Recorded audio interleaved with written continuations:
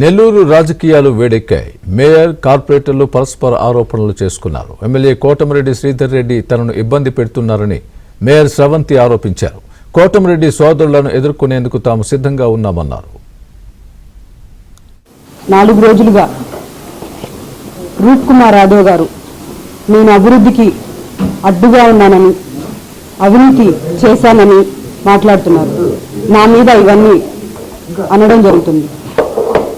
నేను అభివృద్ధికి అడ్డుగా ఉంటే ఎంతో గొప్పగా Podalakuru road divider, central lighting, greenery ఎలా వచ్చిందో చెప్పాలని అడుగుతున్నాను. అవిశ్వాసం తీర్మానం పెట్టిన సంతకాలు చేసినటువంటి కార్పొరేటర్ల మనస్సాక్షికే తెలుసు నేనంటే ఏంటో అని.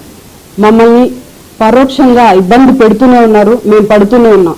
మాతో తిరిగే సిరాజ్ అనే అబ్బాయి వయసు చాలా చిన్న వయసు. వాళ్ళ కుటుంబ పరిస్థితి చాలా పేద కుటుంబం. కేవలం నాతో తిరుగుతున్నాడని ఆ అబ్బాయిని అలా చేయడం అన్నది కరెక్ట్ కాదని నేను శ్రీధర్ రెడ్డి గారికి తెలియజేస్తున్నాను. మరోవైపు మేయర్ వ్యాఖ్యలపై టీడీపీ కార్పొరేటర్లు భగ్గుమన్నారు. రాజకీయ మనుగడ కోసమే ఎమ్మెల్యేను విమర్శిస్తున్నారని ఆగ్రహం వ్యక్తం చేశారు. మేయర్ అసత్య ఆరోపణలు చేస్తున్నారని మండిపడ్డారు. నువ్వు చాలా పెద్ద పెద్ద మాటలు మాట్లాడావు. శ్రీధర్ రెడ్డి గారి గురించి చాలా పెద్ద పెద్ద మాటలు మాట్లాడావు. నేను అడుగుతా ఉన్నా, నువ్వు నీ భార్య నగర మేయర్ గారు గత 3 రోజుల నుంచి నెల్లూరు జిల్లాలో ఉన్నటువంటి అందరి వైఎస్ఆర్ కాంగ్రెస్ పార్టీ కాళ్ళ దగ్గర వెళ్ళి కాళ్ళకి నమస్కారాలు పెడితే చీపో చీపో చీపో అని నిన్ను నీ భార్యని తరిమి కొట్టే ఏమి చెయ్యాలో దిక్కుచోతని స్థితిలో